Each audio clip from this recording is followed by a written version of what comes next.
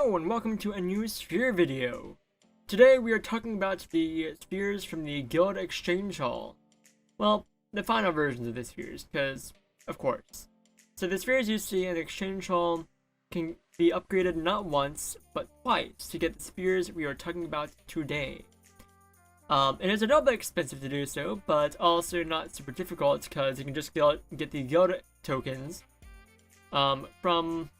Well, you could improve your guild's, skills and stuff, something like that.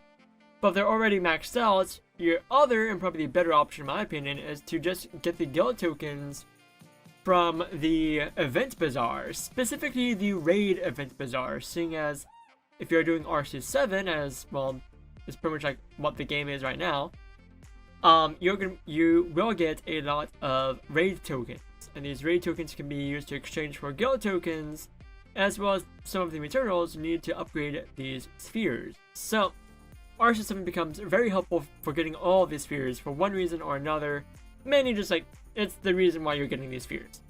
So, what do these spheres do?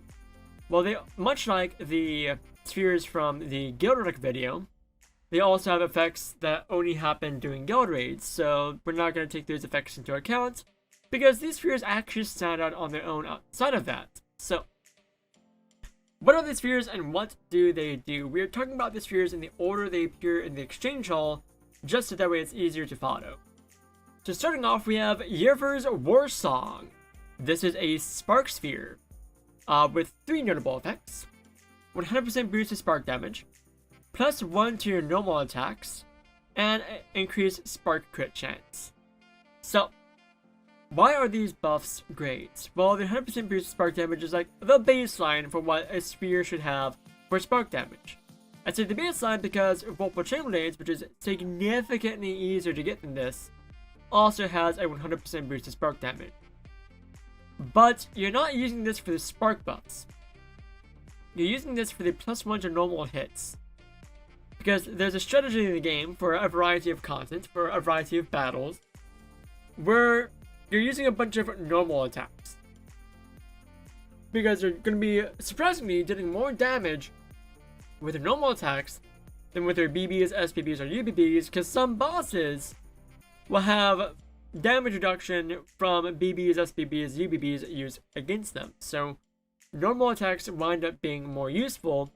And there are even some UBBs that add additional normal hits to the normal attack. So, yeah, Yevers Warsong just helps out with the strategy and makes it a little bit easier. It's a fairly accessible sphere, so... But, nowadays, the normal attack chasing strat is a little bit outdated. There are better ways of beating these quests that are less time-consuming. So, moving on. We have one of my new favorite spheres, Denz Swordsmith. This is a critical sphere, which in of itself is great because there are not many critical spheres in the game. The best one being Oprah, which you get from the Frontier Rift Event Bazaar. But Denz Swordsmith can be paired up with almost any other sphere due to the lack of critical spheres. But what to do? 80% boosted crit damage. Okay, that's not super massive. Crit damage also has a cap of 700%, and you start off at 100% boost to crit damage, 150% crit damage. So this will get you to 230% crit damage, which is not bad. It's not bad. But we're not using this for the crit damage. We're using this for the 30% boosted crit rate, which is actually massive. If you pair this up with units that on neither skill have boosted crit rates, have on extra skill boosted crit rates for all allies, another sphere that has boosted crit rates, or an Elgif that gives you a boosted crit rates. Any combination of those to equal up to 100% boosted critical rates means you're going to get guaranteed critical hits, which is goofy with the last effect that we're talking about for Denz Swordsmith, status element chance on crit. That is a 35% chance of inflicting status elements on hit when you get a critical hit. So with guaranteed crits, that's 35% chance of inflicting status elements when you hit. That is pretty good. That's goofy, and because it's 35%, that actually beats out Vorpal Chainblades, which has like 20 to 25% chance, depending on what size summon it is. This is just 35 for each element. It is great.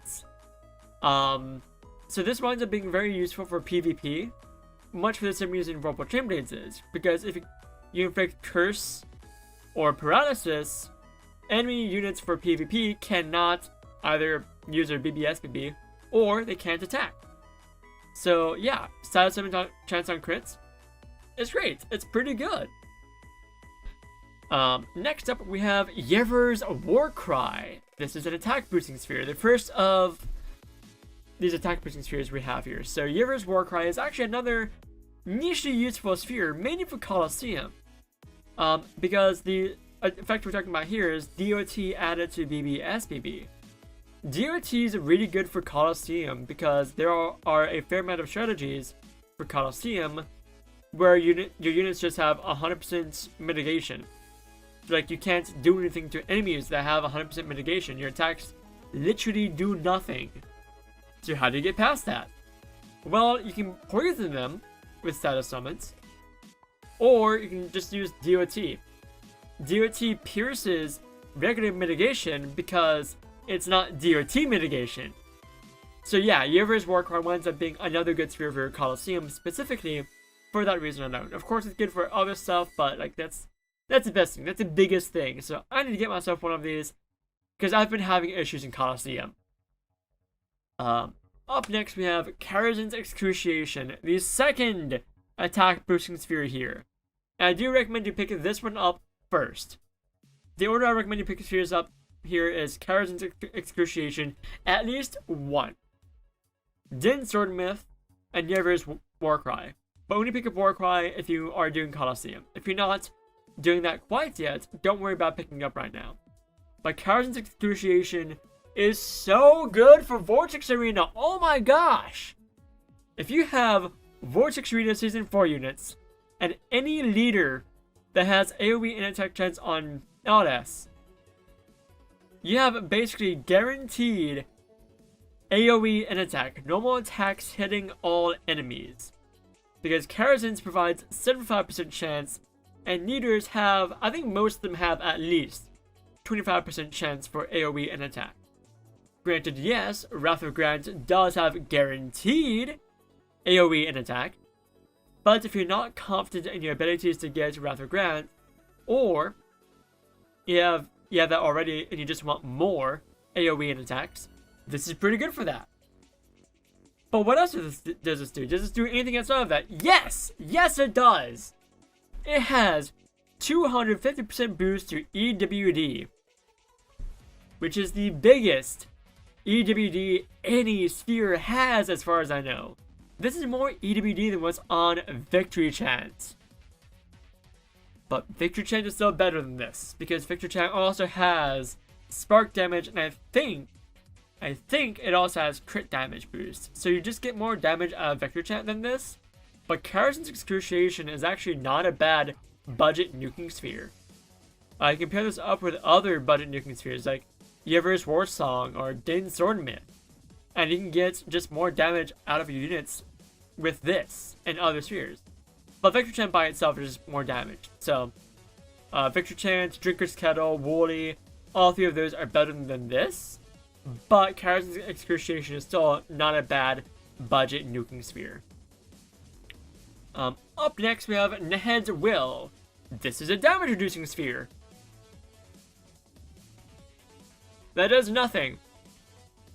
It is it has effects, but like none of the effects are good. Like, we don't care. I'm sorry, Nehens Will. You're just so bad. Let's move on. Up next, we have Carrots and Sagunation, the third attack boosting sphere on this list. It has BC Failed on crit, which if you pair this up with Denz Swordsmith and you have guaranteed crit, you're getting a BC Failed when you're hitting. That's just BC Fail, baby. Which, BC Fail on crit's not that great. I've talked about this before in the, the Guild Relics video. BC Fail on crit's just not that great. And the fact that it's only for your 1 units is a little bit disappointing. because BC Fiddle and Spark for the entire squad had gotten through Leader Skill, Extra Skill, or BBSBB, mainly SBB. It's just, BC Fiddle and Spark's just better, because you're going to Spark more often than you're going to crit. That's just how that is. So, it's an okay sphere. It has some synergy with Swordsmith, but it's still not that great. And the last 6 spheres to talk about are the Essence Orbs. And they are effectively the exact same effects, just elements shifted to each element. So these are all status boosting spheres. So you can pair them up with any of the other spheres on this list if you want to. And the effects to talk about here are, we're going to start off with element specific EWD. So the Essence Orb for fire units has fire elemental damage boost, which is okay. I think it's like 100% boost for the elements. Which is like, I would say that's also baseline. Like, that's okay. There are bigger EWD boosts from other spheres, but this is pretty easy to get. And you can also get this sphere from the premium mystery chests, should you have any of those from your Guild Exchange Hall. Or you can pick this up like with all the other spheres for 4,000 tokens from the Guild Exchange Hall. But the effect you really talk about here, and I've talked about this in, again, the Guild Work video, is BC Fiddle on damage. Actually, I didn't talk about it there, I put that in the comments. BC Fiddle on damage is actually really good for PvP. Because, again, specifically Colosseum, I've been focusing a lot on Colosseum lately, because you need to do that for Divine Master Game. So, of course, I've been focusing on it right now, because I've got very little else to do, so. BC Fiddle on damage is really good for Colosseum because there are 2 rounds in Colosseum. Round 1 plays similarly to how it plays in Arena, where you go first, your opponents go second, and it's just back and forth. But round 2, your opponent goes first. So if you want to make it more likely that you win, you have BC Fiddle when you take damage on your units, so they can potentially have their BB or SBB when your turn comes around. And if they do have it, there's a chance that they may use their Brave Burst or Super Brave Burst. So BC Fiddle on damage is actually really good for Colosseum, which makes Sakura's medal, or Sakura medal from the Guild Work video much better than I gave it credit for. So thank you, Third, for pointing that out to me. If you're watching this video, if you're not, thank you either way. But yes, that's about it. So what spheres do I recommend you pick up? I definitely recommend you pick up Kerosenes Excruciation. That's just so good for Vortex Arena. If you want to find out why, go watch the Vortex Arena tips video, the redo. Yevers Warcry is good for Colosseum. The Essence Orbs are a budget option for Colosseum, or as alternative options. Denz Swordsmith is good for goofy stuff with status elements. If you can get that guaranteed critical hit, Swordsmith is so good. But that about does it. So thank you guys once again for visiting the Grand Guide Library. Links to all our non-YouTube stuff, Twitter, Discord, and Twitch is in the description down below. And that does it for this video. See you guys in the next one. Bye!